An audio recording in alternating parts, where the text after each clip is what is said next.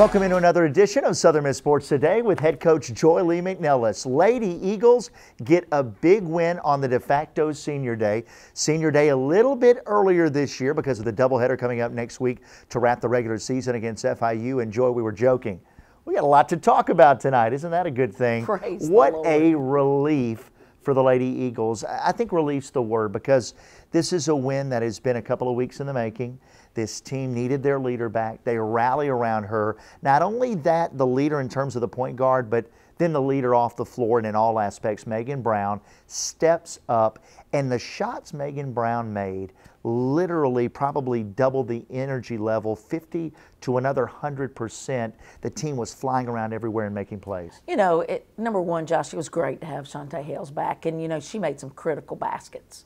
You know, the runner she made in the paint, the three she made some critical baskets for us that really, really made a difference. And so just having her on the floor was truly, it kind of helped us. It took us a while because, again, she hasn't been in practice, and so that rhythm is not there. So I'm looking forward to having her in practice this week as we prepare for Western Kentucky and FIU to finish out the season, just to get her in a rhythm, get things going for her. But I will tell you, I can't say enough about Megan Brown. You know, Megan Brown struggled at FAU, could not buy a bucket, and took some good shots, just could not buy a bucket. What does Megan Brown do today at the end of shoot around? She wheels out the gun. And as she rolls out the gun, you know, she makes 200 shots before she shows back up here today. And, you know, it's just, it is those things that's a mark of a winner. It's those things that you do when people aren't looking, just so you have a chance to help your team. And that's truly what makes Megan Brown special. And something tells me if the ladies don't watch the show or they weren't listening to the radio, something tells me you're going to tell a couple of the ladies, hey, this is what Megan did. Let me read you her stat line. This is what I've been preaching of what it takes to make it happen, to do whatever it takes to put in the time in a specific area to make yourself better, and in doing so, make your team better. You know, and we do, you know, and we will definitely use that. I said it at the end of our game the other day against UTEP, you know, when she played so well, to have the opportunity to be able, and that's what you have to do, you know, and in conversation with one of our players and her mother after the game against UTEP, you know, that's what you talk about. There's got to be a consistency. It can't be it can't be a one and done. It has to be a consistency in your own want to. You know, a lot of people say they want to do it, but, you know, it's got to be a burning desire to do it. And that's what Megan Brown possesses. She certainly does, and that was a big win. You get the big three. They give you a combined 42 points. Jayla King with 10. You mentioned Shantae. Shantae had 10 points. And then there were some energy plays, like Respect Leaphart taking a couple of charges. Hannah Lott making a big three. Allie Kennedy making a big three. There are players that have to step up and consistently fill their roles going forward for this team to be successful. And something we've talked about, players not trying to do more than you're asking them to do. And that's the whole deal. And, you know, I explained to them in preparation for UTEP. You know, I talked about Puck and Zek. You know, those are two players that never play out of their abilities. They don't. They're never going to try to do anything they're not capable of doing. And they're very efficient in that. And, you know, our team has not bought into that, to be very honest with you. They haven't, because they think they can do more than what they're doing. And we watch it every day in practice. We watch, you know, because I told them it's result-based. It's about production.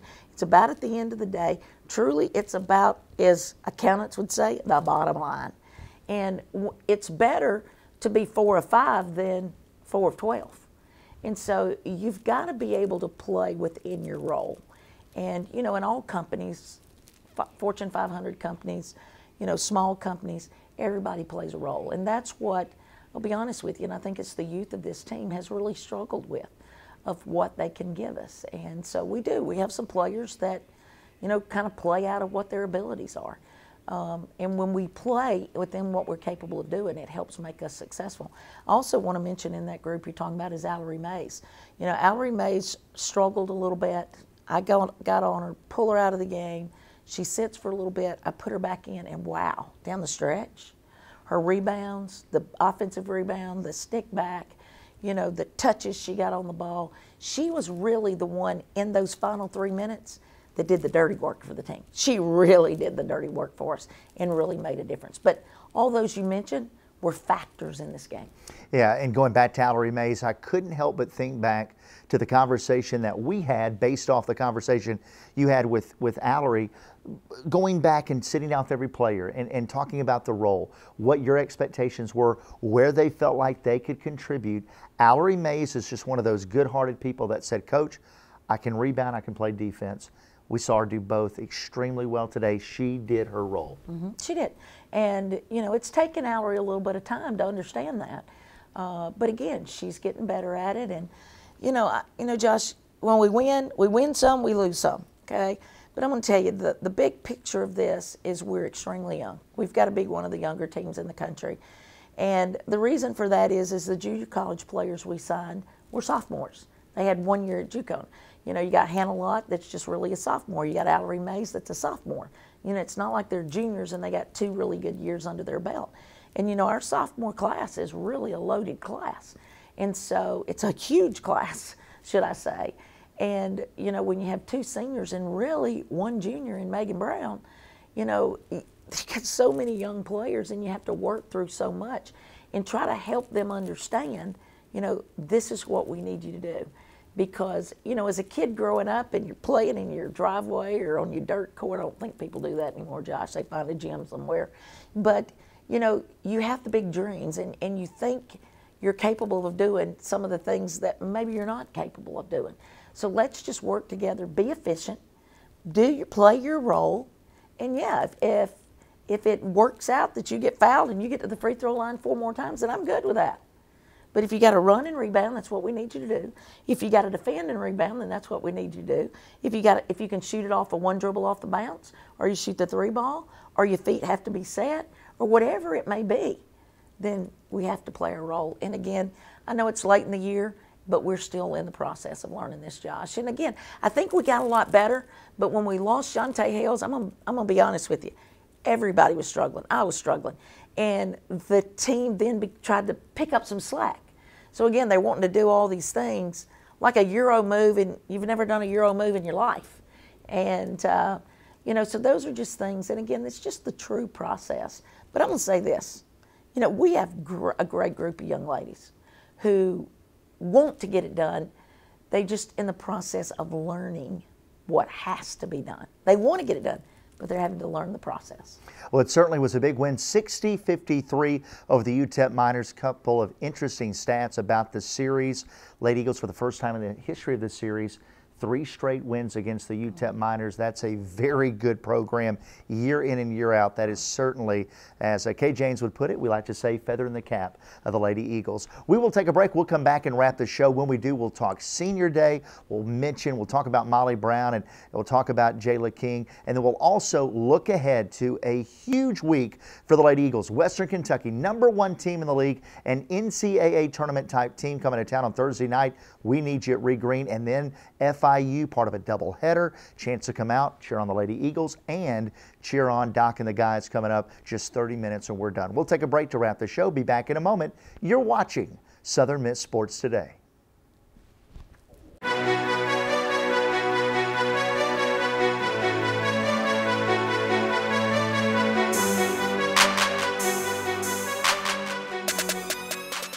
Hey basketball fans, the 2018 Conference USA Basketball Championship presented by Baylor Scott & White Sports Performance Center at the Star is coming to Frisco, Texas. 24 men's and women's basketball teams playing 22 games will take place at Ford Center at the Star, headquarters to the Dallas Cowboys. Join us for 4 days of exciting hoops March 7th through the 10th with CUSA titles and NCAA automatic bids on the line. For tickets and more information, go to conferenceusa.com. You won't want to miss hoops at the Star this March.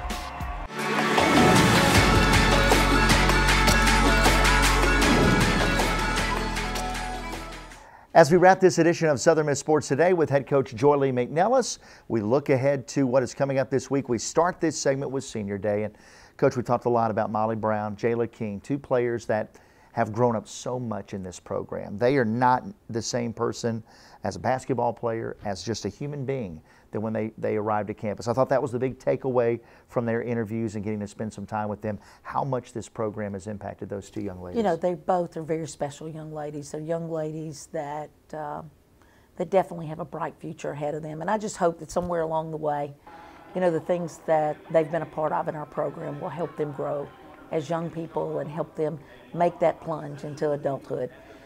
Because truly that's the big picture, Josh. It's, yes, you want to win games because you want to create great memories for them. You know, you want to have success so that they can tell their kids about it one day. Those are the things that are extremely important. But Josh, as a coach, you want them to get their degree, and you want them to grow as a person while they're in your program, and then you want them to leave it better than they found it. And I think both of them do that. You know, Jayla's been with us the longest in transferring from South Florida and then being a part of our program. You know, and she's had to overcome some struggles because, you know, having Michaela, you know, having her baby and playing 7 months while she was carrying her baby and none of us knew it, you know, it could have been very easy for her to be able to quit and go on with her life. But no, Jayla was grounded in this program, and she knew it would only help her in her growth as a person. She got her degree, and you got to be proud of that, and now she's taking additional classes beyond that. You know, Molly was only with us for 2 years, and last year Molly struggled because she stayed injured most of the year, and that's unfortunate. And this year it was a lot better for Molly, and she's been able to stay healthy, and she's helped us in a lot of ways and done a lot of things for our program. And Molly wants to be a coach, and she wants to make this a part of her life. And so hopefully along the way she's learned some things that will benefit her and help her be very successful, as well as Jayla successful in her life. Well, and those two will be a big factor in the week to come and into the conference tournament. Western Kentucky comes to town. Let's start there. Not many times, though, do you get number one, this being number one in the league, on your home floor. As a competitor, you just cherish those opportunities, and especially since we know that was a 3-point game very late in the game at Bowling Green, Kentucky. So the Lady Eagles, they feel like, boy, if we can kind of duplicate that performance and then finish the deal, we've got a chance to win a ball game. You know, Josh, that game was really kind of a turning point for us, to be very honest with you. I mean, we had not played very well at all on the road at Charlotte. I mean, we just got our behinds beat bad, and then in less than 24 hours, you turn it around, or less than 48 hours, you turn it around and you play Western Kentucky. And we played, at that point, very good basketball for 3.5 quarters. And then that kind of, you know, took that from Louisiana Tech. It was a jump start for Respect Leapart, and then things began to go very well for us. So I will say this, though. Western Kentucky's improved since we've played them. They are really, really good. Ivy Brown has really elevated her play to a different level, and she's a post player that can really shoot the 3 ball. You know, they got Tasia Brown that's solid as a rock, that is just a workhorse and can really, really play.